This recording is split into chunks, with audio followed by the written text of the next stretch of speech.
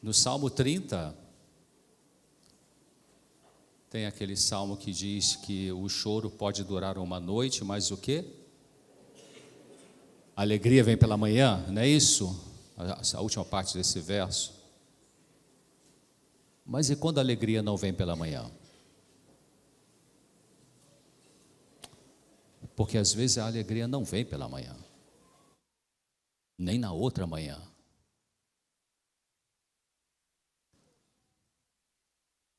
Anos atrás atendi uma senhora, eles tinham 3 filhos. E o filho querido dela morreu no dia do aniversário dele, num acidente. E ela entrou numa depressão difícil, porque eu acho que talvez a dor pior que o ser humano pode experimentar deve ser a morte de um filho. Outra dor difícil é a dor da traição, quando você ama o cônjuge. E ela ficou na depressão e foi se tratando, saiu do quadro depressivo. E depois, quando eu cruzava anos depois na rua, ela ficou, entre aspas, bem, mas saiu do quadro depressivo. E ela se envolveu num trabalho filantrópico, que foi uma coisa que ajudou bastante a lidar com a depressão. E vez ou outra, eu cruzava por ela, e aí, oi, bom dia, dona fulano e tal, boa tarde, e sempre, anos depois, com uma face ainda de dor. Então, às vezes, a alegria, ela não vem pela manhã. E onde está Deus quando chega a dor? Esse é um tema que eu queria conversar com vocês hoje de manhã. As coisas estão apertando, queridos. Não pense que vem coisa boa pela frente. A pandemia foi apenas uma amostra grátis. O passaporte sanitário foi uma amostra grátis do controle sobre a população. E já está tudo agendado para ter mais coisas, para tirar nossa liberdade. Então vai ter dor. Deus quer que a gente seja fortalecido hoje para lidar com dor que vem pela frente, porque a Bíblia foi clara em relação a isso. Nos últimos dias serão difíceis, e nós estamos nos últimos dias. Bom, então, Gênesis 3, de 1 a 11, fala sobre a guerra, né, ali entre o bem e o mal, que entrou o pecado na natureza humana, quando Deus tinha falado para o povo, para aqueles dois, Adão e Eva, não toquem naquela árvore, vocês têm tudo. Deus não queria que a gente não soubesse de mais coisa, que se a gente soubesse seríamos mais felizes. O que Deus queria é que a gente não conhecesse o mal. Eu vou repetir, quando Deus diz para você não fazer uma coisa, não é que Ele está querendo esconder uma coisa boa de você. Ele não quer que você experimente o mal. Mas a gente quebrou a cabeça. E experimentamos o mal. Então, quando Deus foi atrás de Adão e Eva, como foi falado hoje aqui, Deus toma a iniciativa de nos buscar. Jesus foi claro em relação a isso. Maravilhosa a declaração dele, quando ele falou assim: não são vocês que escolheram a mim, não foram vocês que escolheram a mim, mas eu escolhi vocês. Sempre Ele quem escolhe, e eu posso escolher a escolha dele. Salvação é você não atrapalhar Deus, porque Ele faz o serviço direitinho. Cooperar com Deus. Sair da frente para Jesus aparecer. Vem aqui na frente fazer qualquer coisa, saia da frente. Deixe Jesus aparecer, porque o que a gente precisa é de Jesus Cristo. Não é da Novo Tempo, não é Dr. César Vasconcelos, não é Pastor ABCUD, Associação, União, Loma Linda. A gente precisa de Senhor Jesus Cristo. Então, quando Deus foi lá procurar Adão e Eva, e César, e você, João, Maria, Joselito, e a Bíblia diz que nós tivemos medo. A palavra que está aqui é medo, mas eu gosto da palavra angústia. Entrou angústia no ser humano. Com a entrada do pecado, entrou angústia. Pecado é transgressão da lei, pecado é tudo aquilo que machuca você e eu, por isso que Deus odeia o pecado. E aí, eles tentaram botar um avental de escitalopram na frente para cobrir a angústia, ou de fluoxetina, ou de sertralina, ou de venlafaxina, ou de qualquer uma desses caras aí, tarja preta. Mas a Bíblia diz que Jesus bem sabia o que havia no homem. Então nós lidamos com angústia, queridos. Raul Iglesias tinha uma ilha paradisíaca, eu tenho ainda, não sei, ele falava assim, como é que eu lido com essa angústia? Anos atrás, Boris Becker foi campeão mundial de tênis, quando chegou lá em Wimbledon, aí chegou no hotel de volta, o número 1 do mundo tênis, e ele falou assim, agora que eu sou número 1, o que mais? Que mais o quê? Michael Jackson ganhou mais um Grammy, e falou assim, que droga ganhar um Grammy, que mais? Cara, que isso? Barrichello um dia fez uma entrevista e falou assim, ele ficou doente, não podia correr, e falou assim, eu preciso correr, né, com o carro dele. Que isso? Por que não sacia? Os filósofos chamam de angústia existencial. Naum, capítulo 1, versículo 9, a última parte diz, não virá angústia a segunda vez. Qual é a primeira? Me diga, qual é a primeira? Quando é a primeira?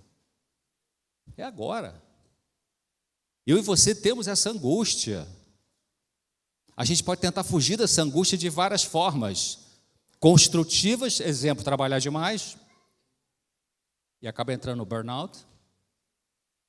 Ou destrutivas, vício em sexo, em pornografia, em cocaína, maconha, medicamentos controlados, compras. Então, nesse sentido, todos nós, eu e você que estamos aqui nesse templo, e o cara que está bebendo cerveja ali naquela padaria da esquina, estamos no mesmo barco, no sentido que todos temos essa angústia, que só será resolvida. Amanhã eu vou falar de manhã sobre angústia no sentido psicológico, eu estou falando no sentido espiritual agora aqui, que isso só será resolvida quando Jesus voltar daqui a poucos anos, queridos, não estou marcando data, poucos anos, pode ser 2, 3, 5, 8, poucos anos. Daniel, Deus falou para ela assim, os sábios entenderão. Olhe o mundo. Está tudo montado. Eu não vou entrar nessa questão aí.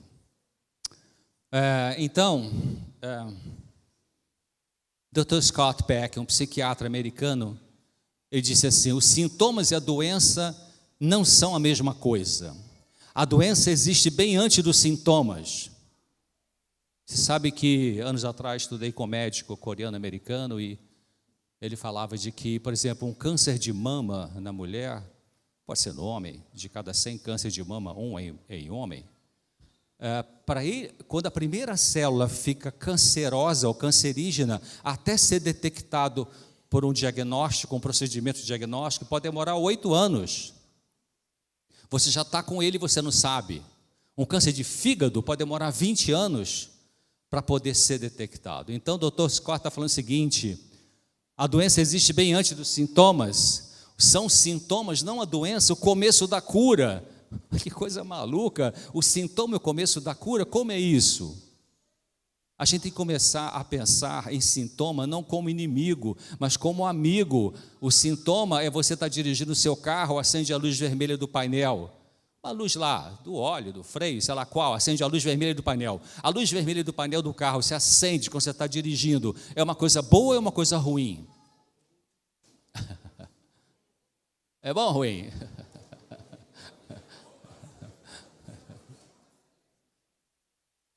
Se abre aqui para mim.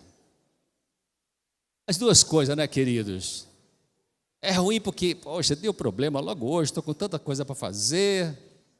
Mas é bom porque avisou você, para consertar.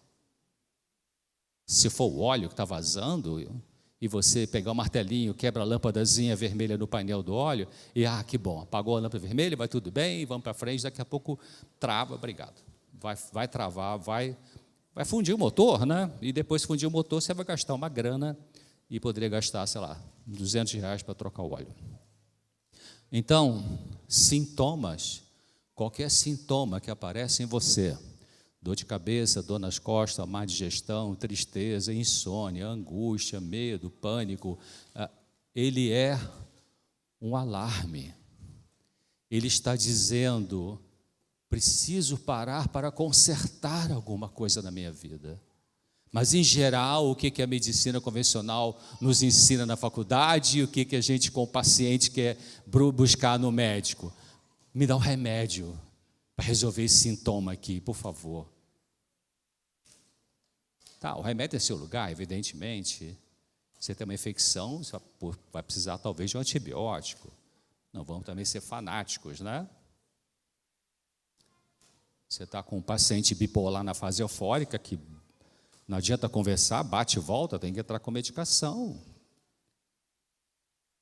Então, a medicação tem o seu lugar. Os procedimentos médicos têm o seu lugar. O problema é quando a gente coloca a carroça na frente dos bois.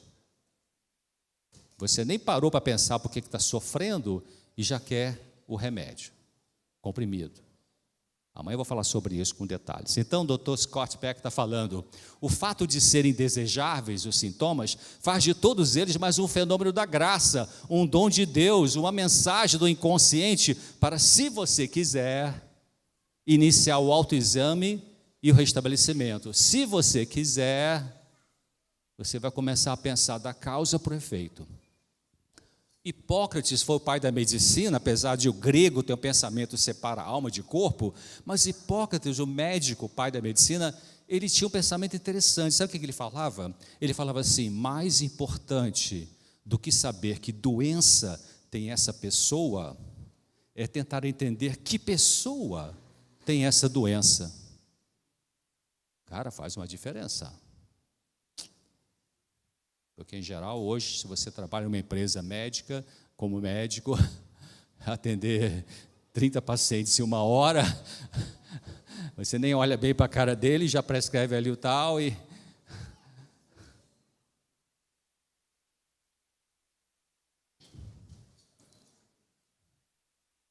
A chave da felicidade não é tanto evitar a dor a todo custo, mas compreender seu papel como sistema de alerta protetor e tirar proveito disso em seu benefício, não contra você. O sintoma não vem para te matar, o sintoma vem para abrir seus olhos. Anos atrás, teve um livro que virou best-seller no Brasil, escrito por uma secretária executiva poderosa, Mary Hirschfeld. Mulher solteira, tinha uma filha e tal, teve um câncer de mama, eu falei, cara, como é que pode, eu tenho câncer de mama, eu sou uma mulher poderosa, sou poliglota, trabalho com uma multinacional, tal.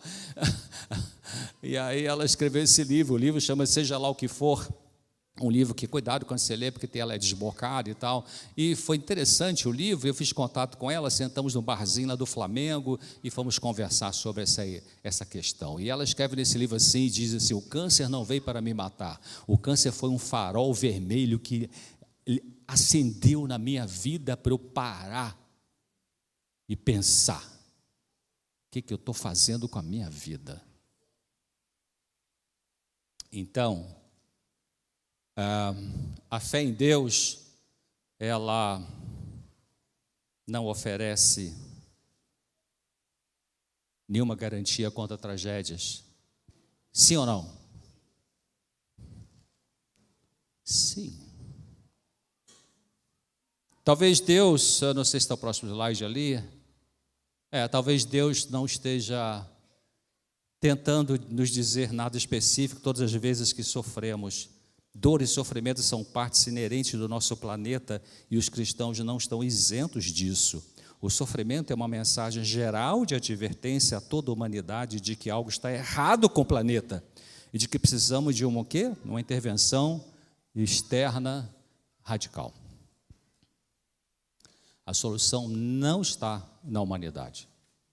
A solução não está no hospital, a solução não está no médico, a solução não está no psicólogo, a solução não está na associação, não está na união, não está na divisão, não está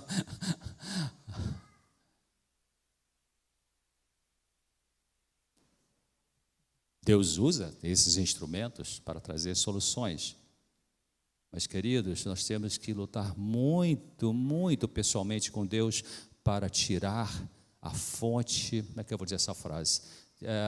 Pedir a Deus que nos ajude a não colocar a fonte da nossa cura no lugar errado e na pessoa errada, da forma errada. A gente está muito humanizado. A Darleide assistiu um programa meu, gostou muito, me convidou. Terça-feira passada ou retrasada, gravamos um programa que eu não sei se foi ao ar agora terça-feira ou se vai nessa terça. A gente falou sobre Jesus Cristo e tratamentos psiquiátricos.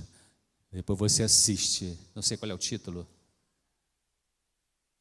porque ela recebe muitos profissionais de saúde mental no programa dela e ela... e hoje em dia se fala muito, muito de coaching, de terapia, né? Você tem que terapia, tem que fazer terapia, vai lá com a Teru, vou fazer terapia e tal. Sabe, queridos, eu sou psiquiatra, trabalhei 40 anos, parei de atender 2019 para cá, 2020, para me dedicar à rádio, TV, palestra, escrever, ajudar meus netinhos com a minha filha, que é uma grande terapia. Se você está sofrendo emocionalmente, o primeiro passo que você tem que fazer é falar com Deus, é procurar Deus para resolver a sua questão. Se Deus achar que você vai ter a solução do seu problema com Ele, é isso que vai acontecer. E Ele vai usar, sei lá, alguns instrumentos, né? Ajudar você a sair de você para ajudar os outros. Se você é cristão e não tem uma atitude altruísta, eu não sei o que está acontecendo com esse cristianismo. E se Deus achar que você tem sofrimento emocional que precisa de um profissional, então Ele vai indicar, Ele vai te ajudar nisso aí. Mas a igreja está muito, muito só do lado de cá. Só do lado de cá o quê? Só terapia, só psicólogo, só, sabe? Anos atrás eu fui fazer palestra, fazer uma semana de oração numa igreja brasileira nos Estados Unidos, e atendia as pessoas de dia, falava à noite. Um dia atendi uma jovem e gastei 1 hora e pouco com ela. Estava lá com os probleminhas com o namoro dela e ela foi falando que eu sou por causa disso, sofro por causa daquilo, estou sofrendo com o namorado. Aí no final de uma fala que eu deixei ela falar para desabafar e tudo, eu falei assim: você já falou isso para Jesus? Sabe o que ela falou? Não, isso é uma coisa muito particular.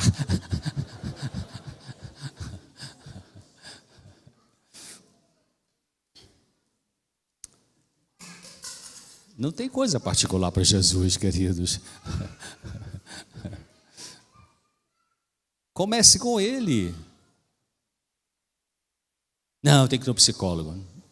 Comece com Ele. Ele não falou: venha e eu vou aliviar você.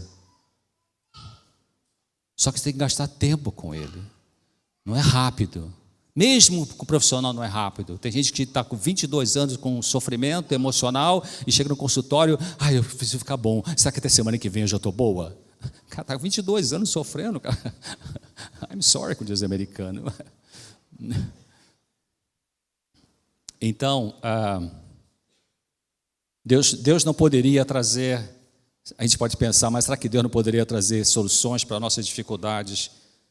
Como, sei lá, exercer fé em nosso lugar, decidindo pela gente, fazer manifestações extraordinárias na nossa vida. Mas parece que Deus decidiu ficar de braços abertos à nossa frente, nos orientando quanto aos passos a serem dados. Mas é você que precisa dar esses passos, escolher exercer fé. Isso sempre é difícil e quase sempre causa dor. Interessante como que Jesus, o tempo todo, no relato dos evangelhos, ele exaltava a fé. A fé te salvou, a fé te curou. Vai, tenha fé. simples e difícil, né? Não é uma coisa paradoxal, né? É tão simples, mas você crê. Por que é difícil crer? Ou não é difícil crer? Eu estava ali vendo as criancinhas, né? Gosto muito de criança. As crianças, até a sogra da minha filha falou assim, ela foi professora de criança, ela falou assim, doutor César, as crianças acreditam. Então, queridos, cuidado com o que você diz para as tuas crianças, porque elas acreditam. Eu costumo dizer assim, se tem duas pessoas, a gente não deveria mentir nunca, mas tem duas pessoas que você nunca deveria mentir nesse mundo. Uma são os psicóticos e outra são as crianças. Porque os psicóticos sabem da verdade, só que não sabe administrar a verdade. Eles têm o inconsciente para fora e a gente tem para dentro. Pequena diferença entre nós e eles. As crianças, sabe aquela questão, a mãe está ocupada, tá? Isso é quando eu falo sobre educação de filhos, eu falo sobre isso, mas a mãe está ocupada, vem chuva, tem roupa no varal, o feijão está no fogo lá, e o bebezinho está chorando um berço, e a menininha está lá brigando, puxando o cabelo da outra irmãzinha, aí o telefone toca, vai lá atender, e ela está ali mexendo no fogão, e vai tirar a roupa e tal, aí, mãe, é para você, fala que eu não estou muito ocupada. Ei, fala que eu não estou. A menina de 6 aninhos, mamãe, você está aqui, mãe? Meu netinho, quando sai com os dois, vô, as duas mãos no volante, vô, não use o celular.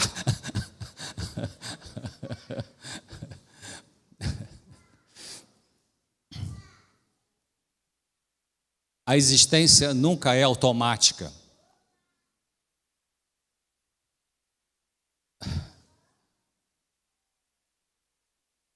Uma vez escrevi um artigo que o título é assim, saúde mental é viver no automático, mas viver no automático não é saúde mental. Ou seja, a gente vive no automático, a gente acorda, levanta, vai no banheiro, troca o pijama, toma café da manhã, vai trabalhar, no hora do almoço vai almoçar e volta para o serviço, de tarde volta, passa ao mercado, compra coisa para a escola e faz isso 1, 2, 5, 10 meses. A gente vive no automático.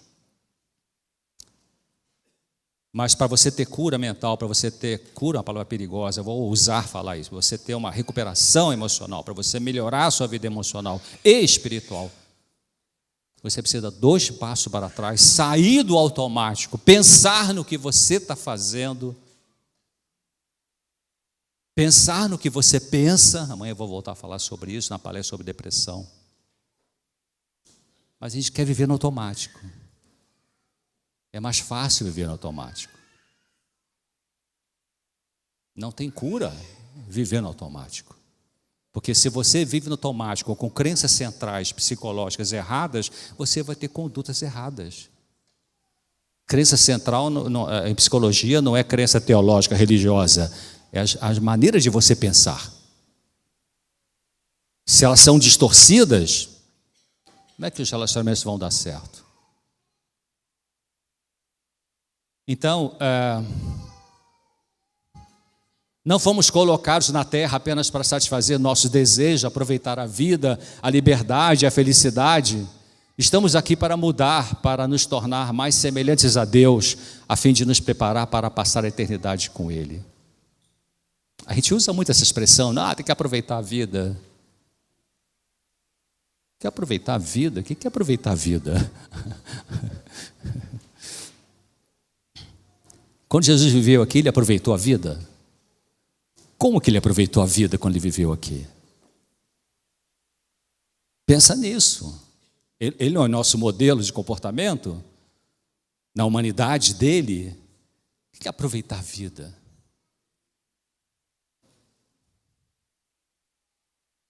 Vamos pensar nisso. Então, a vida não é toda ela constituída. Não, deixa eu voltar aqui um pouquinho. Existem 2 erros que nós podemos pensar quanto ao sofrimento. Primeiro, atribuir o sofrimento a Deus. E segundo, você pensar que a vida com Deus nunca trará sofrimento. São 2 erros. O primeiro erro, de atribuir o sofrimento a Deus, se você vem na igreja, Ou na sua casa, manda uma mensagem para alguém: olha, ore por mim, porque eu estou agora com essa doença, e Deus mandou essa doença aqui para me testar. Opa! Você está com uma visão errada de Deus, queridos. Deus mandou uma doença para te testar? Impossível. Deus não manda doença sobre as pessoas. Às vezes a Bíblia diz que Deus faz o que Ele não evita. É diferente. Tem um texto de Ellen White, essa autora inspirada, que ela fala assim no final do texto, depois eu posso dar quem quiser a referência: Deus está sempre em ação entre os seres humanos, não para destruí-los, mas para corrigi-los e preservá-los. Eu vou repetir: Deus está sempre em ação na vida nossa aqui, daquele senhor está passando lá do outro lado com a camiseta azul, que já não vejo mais, passou. Deus está usando a vida dele, na minha, não para destruí-los. Mesmo para os corruptos de Brasília, Deus não está atuando na vida deles para destruí-los. É a corrupção que está destruindo eles, mas eles não sabem disso, ou se sabem, então a fim de morrer, sei lá. Deus, quando mexe com a mão, quando pisca o olho, quando abre a boca, quando coça a cabeça, Ele está agindo para nos ajudar. Você sabe que foi falado aqui, a principal razão pela qual Jesus Cristo veio a esse planeta não foi para salvar a humanidade, foi para salvar o nome de Deus. O grande conflito do bem e mal é sobre Deus. Deus é bom ou Deus não é bom? Deus é justo ou Deus não é justo? Claro, Jesus veio para salvar a humanidade. Então, o primeiro erro quanto ao sofrimento é você atribuir o sofrimento a Deus. A gente pode se afastar do caminho de Deus, de alguma forma. Aí vem aquele cara que foi expulso do céu, machuca você. E aí você pode achar: está vendo, Deus está me mandando isso aqui porque, sei lá, não me ama mais, porque eu não vou na igreja, porque eu tal. Não dá nada disso, é porque você se afastou, você facilitou para aquele cara que foi expulso do céu, que não merece nem que fale o nome dele, para que ele te machuque. Jesus tinha muita clara percepção disso. Ele falou assim: agora se aproxima o príncipe desse mundo e ele nada tem em mim. Eu não posso falar isso, porque tem coisas que brotam daqui de dentro, que é daquele cara, eu não quero mais, mas ainda está aqui dentro, essa contaminação. Coisas feias, que eu falo: Senhor, arranca isso de mim. Então, o segundo erro é achar que a vida com Deus nunca trará sofrimento. E às vezes você pode ver um irmão da igreja, uma irmã da igreja que está sofrendo alguma coisa, e você pode ter um pré-conceito, achar: está vendo, ele não deve estar orando mais, é porque já afastou da igreja e tal, enfim. Então aí vem um texto que fala assim: a vida não é toda ela constituída de gramados agradáveis, refrescantes e fertentes. Assaltam-nos provações e desapontamentos, sobrevém a privação, somos levados a situações difíceis, com a consciência a acusar-nos, raciocinamos que devemos haver andado afastado de Deus, e se houvéssemos andado com Ele, não teríamos sofrido dessa maneira. Dúvida e desalento nos assalta o coração, e dizemos: o Senhor nos desamparou e estamos sendo maltratados. Por que permitiu Ele que soframos assim? Se não removeu de nosso caminho as dificuldades, é porque não nos ama. A gente não tem esse pensamento? E a história de Jó vem na Bíblia e mostra, que o sofrimento é infligido por Satanás, mas Deus predomina sobre ele para fins misericordiosos. Ou seja, queridos, quando Deus permite que alguma coisa aconteça de ruim na nossa vida, Deus está no controle disso. Aquele cara não faz o que ele quer na sua vida e na minha, a hora que ele quer. Ele faz até onde Deus diz, até ali você vai, dali para frente você não vai mais. Quando Jesus viveu aqui na terra, a ideia que dominava na mente do povo judeu era que o pecado era punido nessa vida e que toda doença era castigo por má conduta. Não era isso? má conduta da pessoa, má conduta dos pais dessa pessoa. É verdade que todo sofrimento é resultado da transgressão da lei divina, mas essa verdade foi pervertida porque Satanás queria levar os seres humanos a considerar a doença e a morte como procedente de Deus. E essa ideia preparou o caminho para que os judeus rejeitassem Cristo como Messias. Lembra aquela pergunta que fizeram sobre aquele cego, né? Quem foi que pecou? Ele ou os pais dele para que nascesse cego? Não foi? Está vendo? Essa crença psicológica e espiritual, essa crença torcida que contamina também hoje em dia a nossa igreja. Quem pecou para que você tivesse com esse? Às vezes vem no nosso coração esse pensamento, né? O que eu estou fazendo de errado para ter esse sofrimento aqui?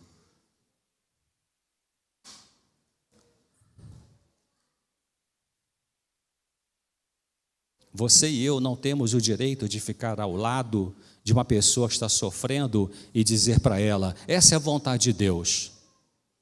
Você não tem direito de fazer isso. Ou você dizer: você deve ter feito alguma coisa errada para merecer um castigo como esse. Quem gosta de falar frases assim é aquele cara que foi expulso do céu, que é o acusador dos irmãos. Se você ler Isaías 53, né, ele foi ferido por nossas transgressões. O castigo que nos traz a paz estava sobre ele, e por suas feridas nós fomos sarados. E ele foi oprimido. Nenhuma beleza vimos para que o desejássemos. Eu estou lendo agora o Desejar Tuas Nações com um foco. E estou anotando algumas coisas para depois transformar em pequenos vídeos. O foco é como que Jesus decidia as coisas quando vivia aqui. Vai para aquela cidade, vai para essa, faz isso, não faz isso, porque eu ainda não sei como fazer isso. Para que dizer sim, para que dizer não? Qual convite eu digo, tá bem, eu vou, não, esse eu não vou. Qual que é de Deus, qual que é que não é de Deus? Às vezes a gente não sabe se a coisa vem de cima ou se vem de baixo, não é verdade?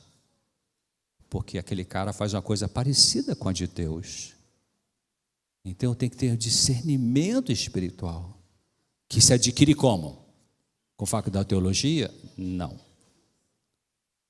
Com o joelho no chão, oração perseverante, oração pensada, estuda a palavra, vasculhar os escritos inspirados de Ellen White.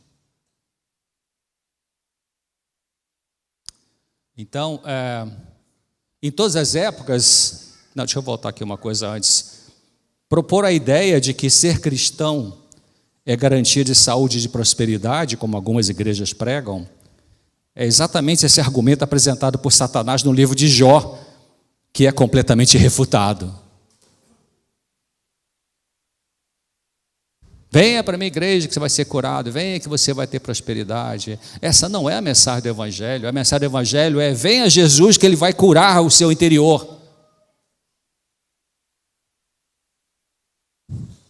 E vai te dar força para você poder viver um sofrimento que talvez não dê para não ter, por algumas razões complicadas, genética, epigenética, guerra espiritual, conviver com pessoa muito complicada, que te machuca muito.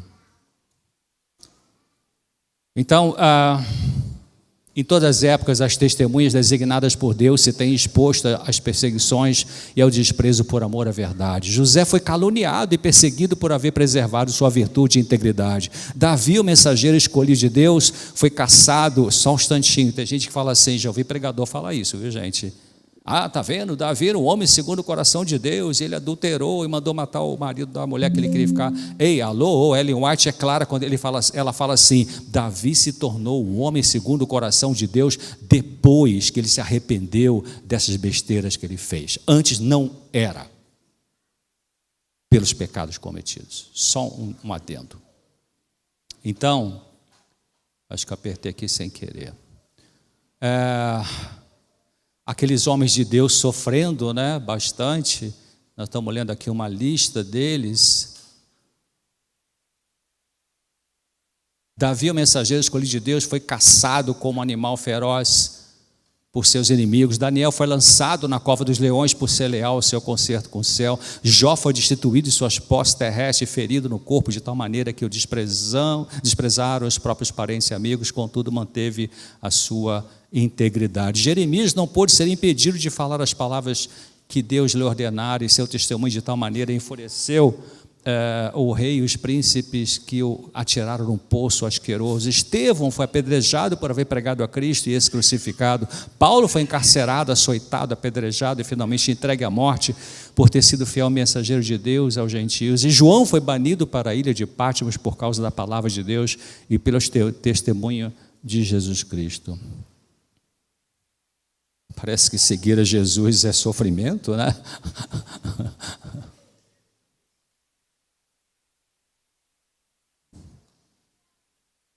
Seguir Jesus é alegria. Seguir Jesus é a força para viver. Seguir Jesus é você encontrar um sentido para essa existência. Seguir Jesus é você adquirir, pela graça dele, vitória sobre o egoísmo, que te leva a pensar: como é que eu posso te ajudar? Como é que eu posso ajudar você? A mentalidade de Jesus é a mentalidade do sacrifício. Algumas empresas, eu vi isso primeiro nos Estados Unidos, os funcionários estão por ali, no salão daquela loja, usam uma jaqueta e atrás está escrito "How can I help you?", quer dizer em português, como que eu posso te ajudar? Esse é o resultado da gente conviver com Jesus no dia a dia. Como é que eu posso ajudar você? Você vai sendo feito, disposto a ajudar as pessoas, porque as suas ajudas vão sendo resolvidas, as suas dores vão sendo... Eu estou com o pé no chão, viu, gente? As suas dores, olha a frase que eu vou dizer, as suas dores, as suas frustrações, elas vão sendo sustentadas pelo poder do Senhor Jesus. Ele coloca você acima de situações que não tem solução nessa vida, porque até às vezes porque não depende de você. Se você vive com uma pessoa complicada, hoje à tarde eu vou falar sobre isso, e essa pessoa complicada não quer ajuda, e agora? É arrogante? É prepotente? Tem aquela postura dos caras de Brasília, sabe com quem está falando? Às vezes é o homem que é assim, às vezes é a mulher que é assim. Então, na Bíblia, o problema da dor é mais um teste da reação e fidelidade humanas do que um enigma filosófico. Pessoas com dor, com perda, com câncer, que têm fé, reagem de forma diferente das que se desesperam. Você sabe que isso está provado em trabalhos científicos. Fizeram um dos trabalhos científicos que eu me lembro agora, que eu posso citar, mulher que teve câncer de ovário, 2 grupos de mulheres com câncer de ovário tiraram o ovário, e o ovário produz alguns hormônios femininos, e o grupo, no estudo chamado de follow-up, no estudo de segmento dessas mulheres, se verificou que o grupo das mulheres que eram pessimistas, comparado com as mulheres que eram mais otimistas, as otimistas, mesmo tendo sido tirado do ovário, teve outra glândula do corpo que liberou aquele hormônio que era meio específico daquele ovário. Olha que coisa maravilhosa que Deus faz, cara.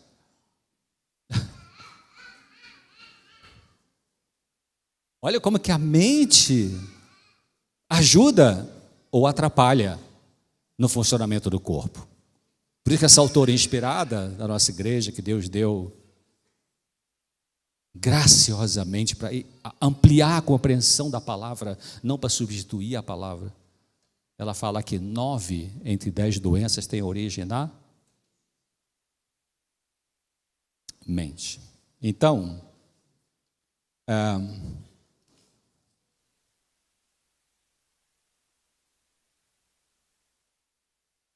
o sofrimento produz alguma coisa em nós, queridos.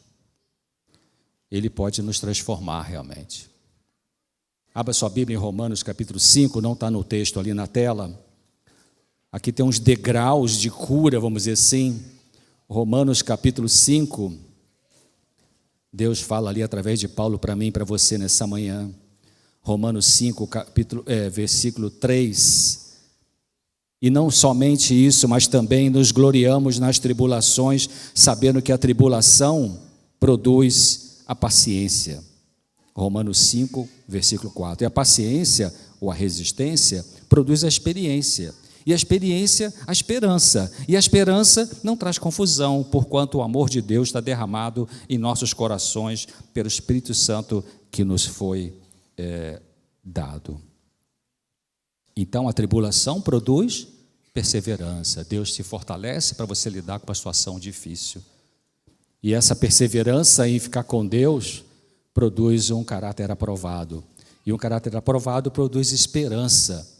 Porque a gente precisa de esperança. No núcleo da mente depressiva existe a desesperança. Vou falar amanhã sobre isso. E a esperança não decepciona. Então, onde está Deus quando chega a dor? Dentro de nós, não nas coisas que nos causam sofrimento. Deus está dentro de nós ajudando a mudar o mal em bem. E olha o que eu vou dizer agora, Deus pode tirar o bem do mal, mas Deus nunca traz o mal na esperança de produzir o bem. Eu vou repetir. Deus pode tirar o bem do mal, mas Ele nunca traz o mal na esperança de produzir o bem. Ele não diz assim, eu vou mandar uma doença sobre você para ver se você aprende finalmente.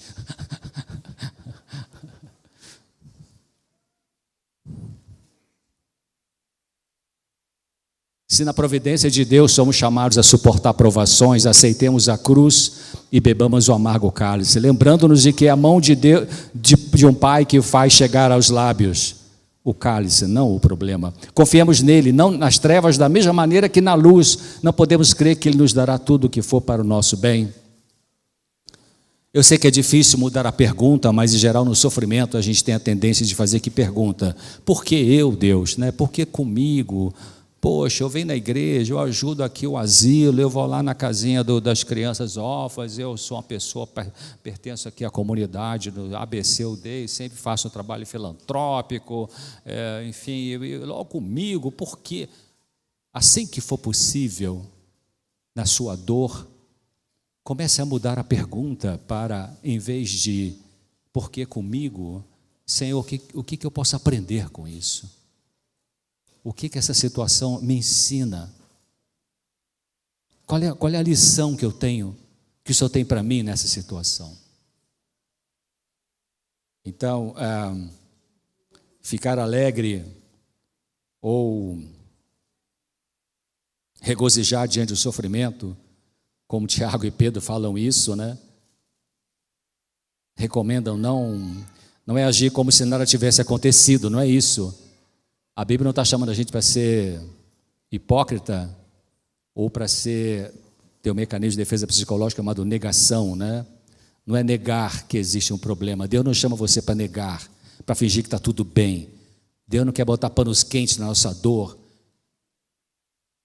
Tanto que a Bíblia é maravilhosa, a Bíblia, os personagens amados por Deus, todos são amados, mas os que responderam esse amor, Deus deixou que eles falassem coisas assim que são meio de arrepiar, Salmo 13, por exemplo, são 6 versículos. Salmo 13, 4 versículos, 4 primeiros, Davi está falando, o Senhor me deixou, estou triste, por que o Senhor fez isso comigo e não aguento mais e tal.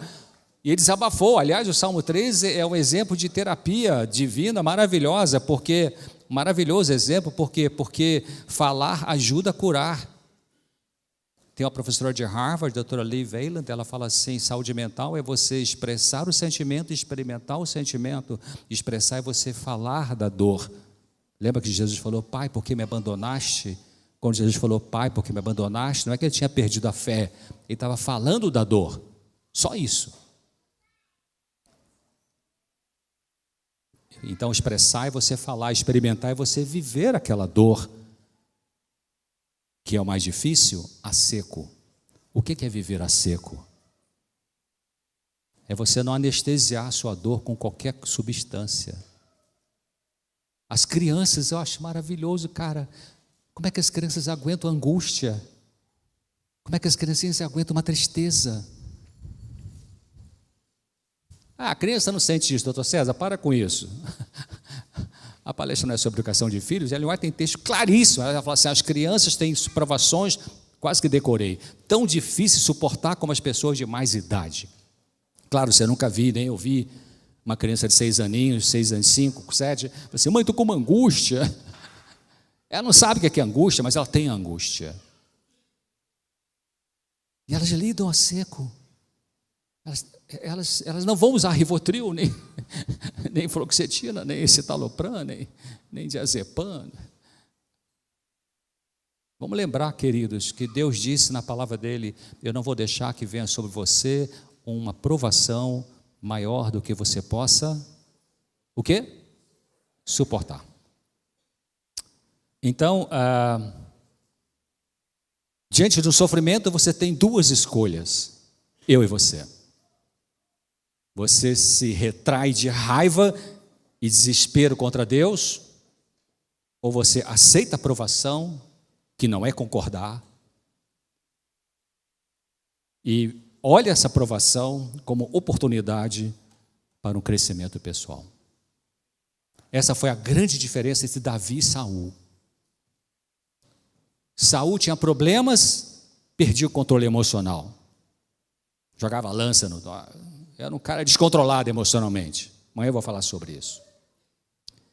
Davi fazia besteira e aí ia procurar Deus. Senhor, desculpe, eu fiz tal. Olha que diferença. Os dois fizeram besteira. Os dois manipularam. Os dois não foram santinhos. Mas um resolvia com seu eu, que não resolvia, e o outro humilhava esse eu diante do Senhor. Olha que diferença. Anos atrás eu ganhei de uma cliente, muitos anos atrás, um livro escrito por um rabino chamado Harold Kushner. E o livro chama-se Quando Coisas Ruins Acontecem com Pessoas Boas.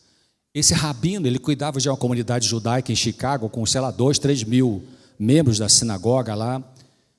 E esse livro ele escreveu porque ele tinha um filho chamado Aaron, que morreu com uma doença raríssima chamada progérie, que é o envelhecimento precoce. Morreu na adolescência esse jovem, esse rabino ficou tão sem chão, que ele tão sofrido com a morte do filho, que ele escreveu esse livro, Por que Coisas Ruins Acontecem com Pessoas Boas? Eu não concordo com algumas coisas que ele escreveu ali, até me surpreendeu por ele ser judeu, israelita, mas ele, uma coisa que eu nunca esqueci, falou assim, você está com muita raiva de Deus, muita raiva de Deus. Fale para Deus. Abre o coração para Deus. Vai ser blasfêmia. Não vai ser blasfêmia.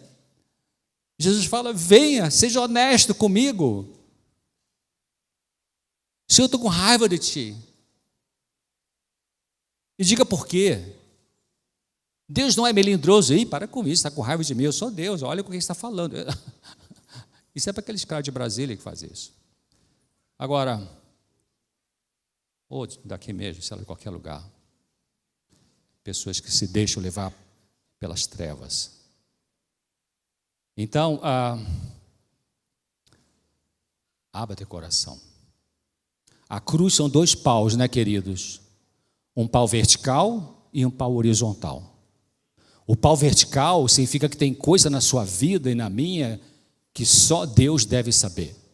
Nem sua mulher, nem seu marido, só você e Deus, ponto. Mas o pau horizontal significa que tem coisas que Deus vai usar pessoas para ajudar pessoas.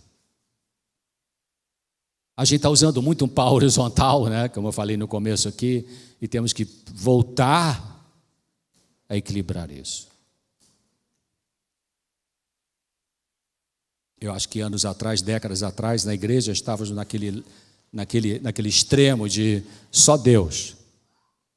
E agora pulando para os extremos, só terapia. Está faltando o quê? Equilíbrio. Então, para ir terminando,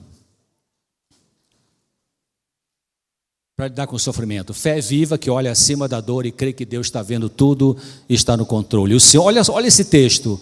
O Senhor considera nossas aflições, graciosa e distintamente Ele as limita e as distribui. É tipo assim, ó, eu vou me afastar aqui e aquele cara vai deixar 10 miligramas de tristeza para você, tá? 25 miligramas de angústia para você, 12 miligramas de insônia para mim e tal. Não é que Deus mandou isso para você, Ele se afastou um pouquinho por alguma razão e Deus vai administrando isso. Acredite nisso, queridos. Não confiar na fé, mas nas promessas de Deus. Arrepender-se dos seus erros. Arrependimento. Qual é uma prova de arrependimento verdadeiro? Hoje à tarde eu vou falar, quando eu falar sobre violência na família. O arrependimento verdadeiro muda a sua conduta. Pedir perdão pelos erros ou pecados. Pedir perdão. Não mais repetir os mesmos erros. Manter a mente focalizada em Jesus Cristo e não nos seus sentimentos. Eu tenho um texto aqui que eu traduzido, às vezes eu procuro no original em inglês para ver como é que está, porque algumas palavras técnicas eu quero ver como é que está o original em inglês. E deixa eu ver se eu acho aqui, que eu tenho uma papelada aqui, um texto bem interessante em que essa autora, Ellen White, ela fala sobre essa questão de emoções e ela fala assim, quer ver? Deixa eu ver se eu vou achar aqui. Esperemos em Deus e nele confiemos. Descansemos em suas promessas, quer nos sintamos contentes, quer não. Uma boa emoção não é evidência de que você é um filho de Deus. Nem sentimentos de perturbação, de preocupação e perplexidade são uma evidência de que você não é um filho de Deus. Coisa linda.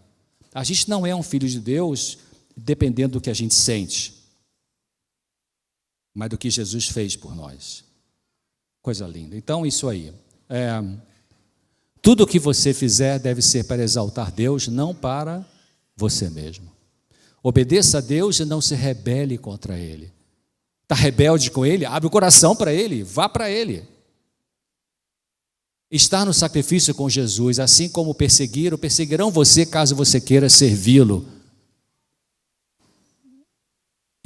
E aonde que foi que mais perseguiram Jesus quando Ele viveu aqui? Foi dentro da igreja, não foi? Dentro da igreja. Por que Jesus certa vez diz assim, os piores inimigos serão os da própria casa? Casa pode ser casa, seu lar, sua família de origem, sua família nuclear hoje em dia, casa igreja, casa organização. Preste atenção.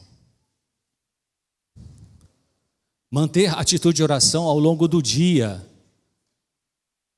Atitude de oração ao longo do dia. Não é você orar com o horário marcado, mas uma mentalidade de oração. Deus não permite que você passe por sofrimentos maiores ou mais fortes do que a sua capacidade de aguentá-los. Embora você possa dizer, mas doutor César, eu já passei por coisas insuportáveis. Eu também já vivi coisas insuportáveis.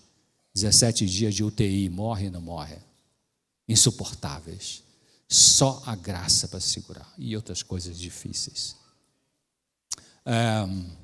O Senhor não coloca sobre alguém fardos. Testemunho para a Igreja, volume 7, página 297 e 298. O Senhor não coloca sobre alguém fardos demasiados para serem carregados. Ele calcula o peso de cada carga antes de permitir que esteja sobre o coração dos que estão trabalhando juntamente com Ele.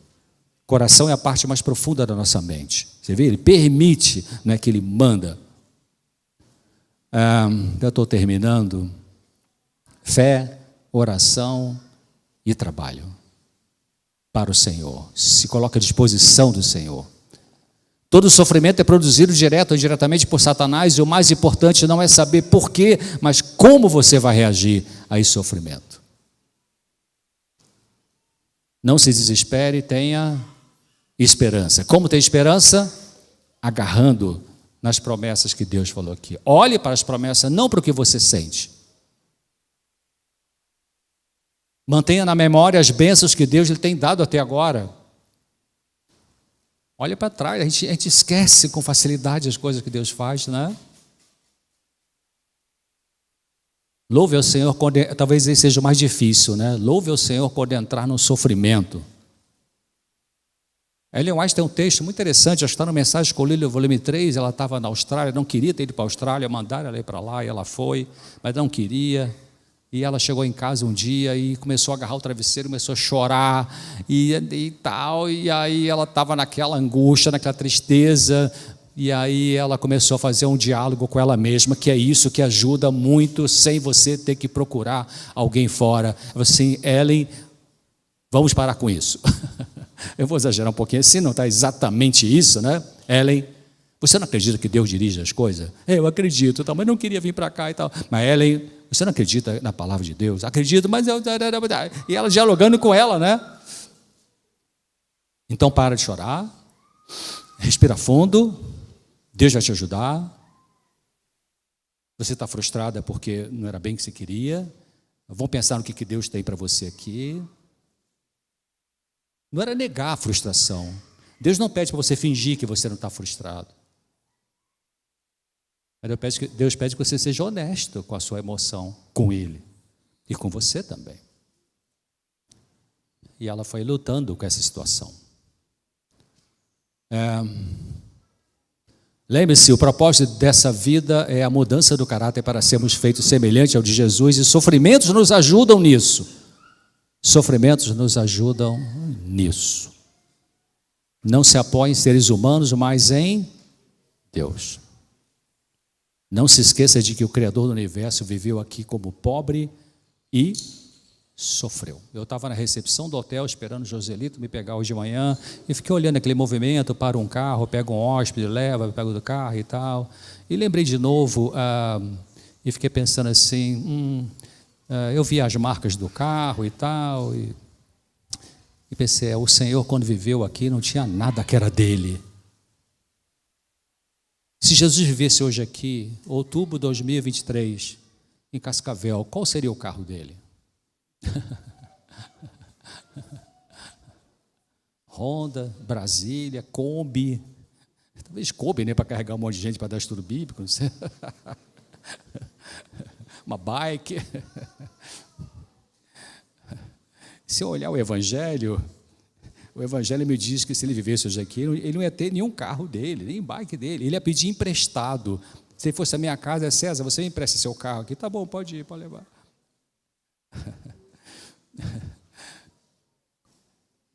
Quanto mais a gente vai sendo mudado pela graça do Senhor Jesus, também vamos sendo feitos desapegados das coisas materiais. Os sofrimentos servem para revelar a nossa consciência de defeitos de caráter que precisam ser modificados. Infelizmente, algumas vezes a gente só vai conseguir perceber nossas mazelas no sofrimento. Termino com Romanos 8, 18 a 21. Último texto, aí vamos embora para casa.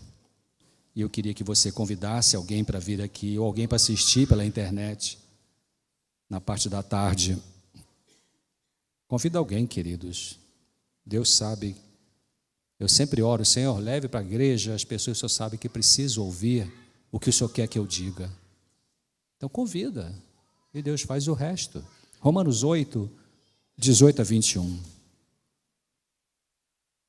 Porque para mim eu tenho certo que as aflições desse tempo presente não são para comparar com a glória que em nós há de ser revelada. Porque a ardente expectação da criatura espera a manifestação dos filhos de Deus. Porque a criação ficou sujeita à vaidade, não por sua vontade, mas por causa do que a sujeitou. Verso 21, na esperança de que também a mesma criatura será libertada da servidão da corrupção para a liberdade da glória dos filhos de Deus. Cara, essa é a terapia divina, queridos, que o Senhor quer fazer agora aqui. Você quer essa terapia? Você quer essa terapia?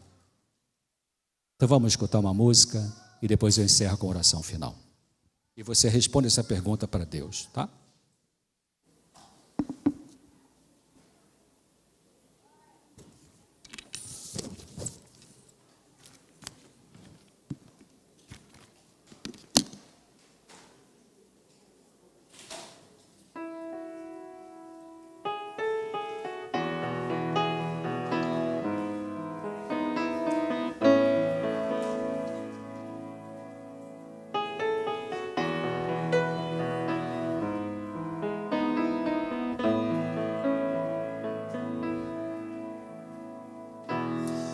Sou eu, Senhor, que espero ouvir tua voz.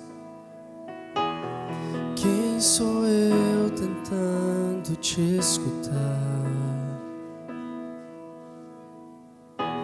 Já tentei ouvir tua voz em forma de canção.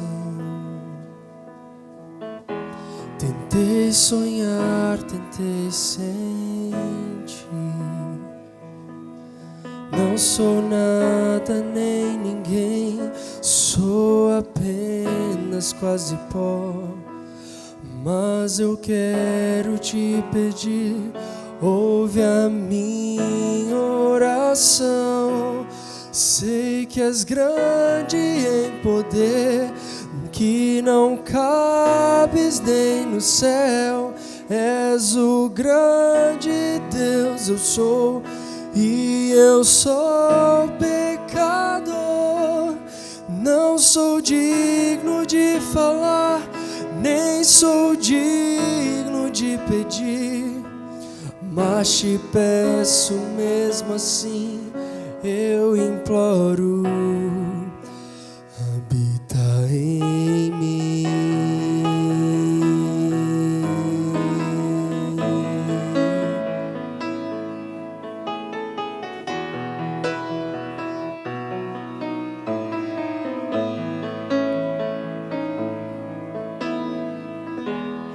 Quem sou eu, Senhor, que espero ver a Deus? Quem sou eu que ouso teu rosto olhar? Como enxergar um Deus que vive lá no céu e esperar tocar tua mão? Não sou nada nem ninguém, sou apenas quase pó. Mas eu quero te pedir, ouve a minha oração. Sei que és grande em poder, que não cabes nem no céu. És o grande Deus, eu sou. E eu sou pecador, não sou digno de falar, nem sou digno de pedir, mas te peço, habita em mim, eu imploro.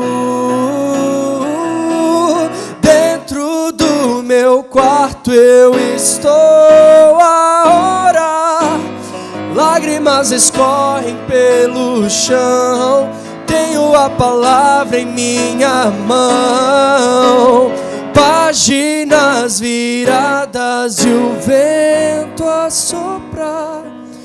Posso agora ouvir a meiga voz, Deus está a me falar.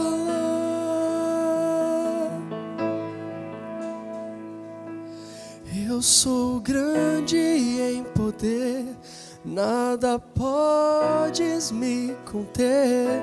Sou grande Deus, eu sou, e tu és pecador. Não és digno de falar, nem és digno de pedir, mas te aceito mesmo assim e prometo, habitarei em ti.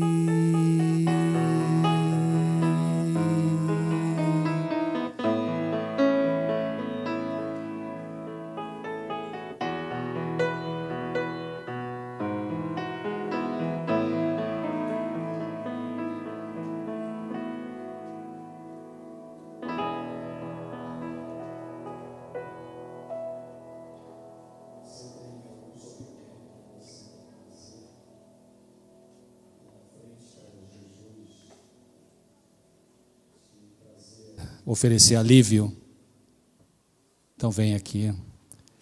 Ou você teve algum sofrimento que você encontrou alívio em Jesus e de alguma forma e você quer agradecer, então vem aqui. Você quer fazer um pedido por alguém que está com um sofrimento,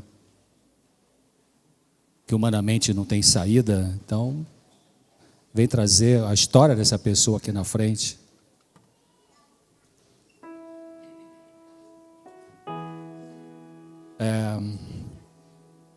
Lembrando isso, né, que eu falei aqui, que a palavra diz de que você apresenta para Deus, mas com perseverança, né?